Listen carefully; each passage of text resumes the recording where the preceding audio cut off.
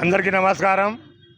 రాష్ట్రంలో గత 3-4 రోజుల నుంచి జరుగుతున్న పరిణామం చూసినట్లయితే రాష్ట్ర వ్యాప్తంగా జర్నలిస్టులపై అధికార పార్టీ చేస్తున్న నిరంకుశ చర్యలకు గాను ఈరోజు గూత్తూర్ మండల కేంద్రంలో మున్సిపాలిటీ కేంద్రంలో జర్నలిస్టు సోదరులు ప్రభుత్వ చర్యలకు వ్యతిరేకంగా నిరసనలు తెలపడం చాలా సంతోషకర విషయం.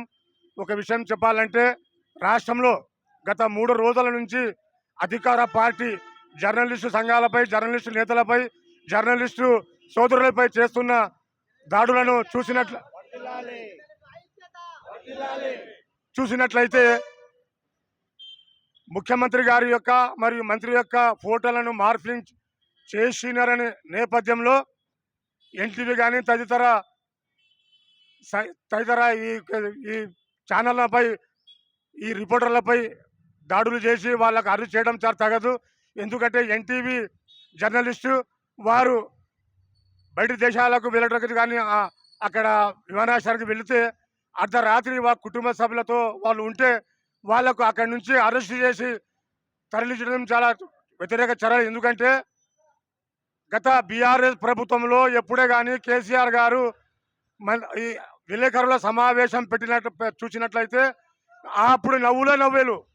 ఎందుకంటే కేసీఆర్ గారు పత్రికా సమావేశం పెట్టినప్పుడు జర్నలిస్టులు చాలా సంతోషంగా వాళ్ళ మనసు పిప్పి మాటల సందర్భం మనం చూసినాం. కానీ నేడు అధికార పార్టీలో ఎవరికి స్వాతంత్రం లేదు. ప్రతిపక్ష నేతలపై కేసులు పెడుతున్నారు. లాస్టుకు ప్రజా గొంతుకలను ప్రజలకు తెలియపరిచే జర్నలిస్టులపై కూడా వారు దాడులు చేస్తున్నారంటే చాలా పెద్ద నేరము. దాని కొరకు నేను ఒకటే చెప్తున్నాను, ఈ నిరంకుశ ప్రభుత్వాలు జరగవు. గతంలో రాజులు పోయినాయి, రాజ్యాలు పోయినాయి, రాజులు కూడా కనుమరుగైనారు. ఇప్పుడు నడుస్తున్న అధికార పార్టీ రాజుల పాలన నడుస్తుంది. ఈ పాలన ఎక్కువ రోజులు నడవదు. ఎందుకంటే ప్రజాస్వామ్యంలో ప్రజలచే పరిపాలన నడుస్తుంది, రాజరికం కాదు. ఈ పరిపాలన ఈ ప్రజా వ్యవస్థలో పాలకులు ప్రజలు ఓటేస్తేనే మనం పాలన జరుగుతాం. కనుక మీరు సొంత నిర్ణయాలు తీసుకోకుండా ప్రతిపక్ష పార్టీలపై అలాగే పత్రికలపై కూడా మీ దాడులు సహించమని, రాబోయే రోజుల్లో తప్పక బీఆర్ఎస్ పార్టీ అధికారంలో వస్తుంది.